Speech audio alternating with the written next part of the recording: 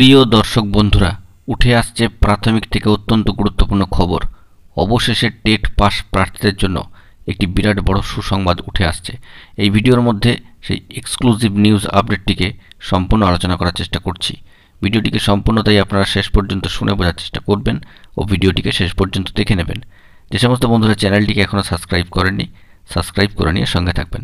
আসুন আমরা মূল বিষয়ের মধ্যে প্রবেশ করি। বন্ধুরা, অত্যন্ত খুশির খবর, অবশেষে দীর্ঘ সময় পরে টেট পাস প্রার্থীদের জন্য আবারও একটি বড় সুসংবাদ কিন্তু উঠে আসছে। অবশ্যই সেক্ষেত্রে প্রার্থীদেরকে টেট পাস করতে হবে এবং সেই দিক থেকেই থাকছে একটি গুরুত্বপূর্ণ খবর, অর্থাৎ নিয়োগ ঘিরে একটি বড় সুসংবাদ। প্রাথমিক শিক্ষা পর্ষদ অত্যন্ত সদর্থকভাবে ও পজিটিভলি এই কাজটিকে সম্পন্ন করছে, কারণ তারাও নিয়োগ সংক্রান্ত বিষয়ে অত্যন্ত পজিটিভ।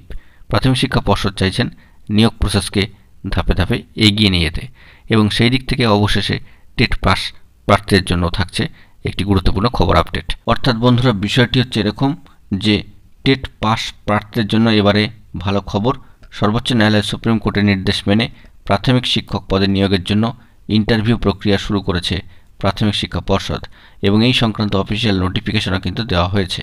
2020-22 ডিএলএড ব্যাচের 2022-এর প্রাথমিক শিক্ষক নিয়োগের রিক্রুটমেন্ট প্রসেসে ইন্টারভিউ শুরু হচ্ছে। অবশ্যই 1-3-2024 থেকে শুরু হবে এবং চলবে 7-3-2024 পর্যন্ত।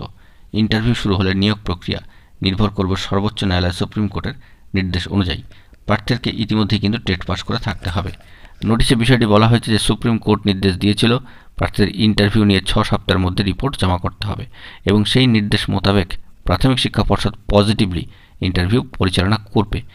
এর দ্বারাও সকল প্রার্থীকে অবহিত করা হচ্ছে যে প্রশংসাপত্র বা প্রাসঙ্গিক নথিপত্র যাচাই ও সাক্ষাৎ ও ইন্টারভিউ প্রসেস 1-3-2024 থেকে 7-3-2024 পর্যন্ত চলবে, শুধুমাত্র 3-3-2024 এই তারিখটিকে বাদ রেখে।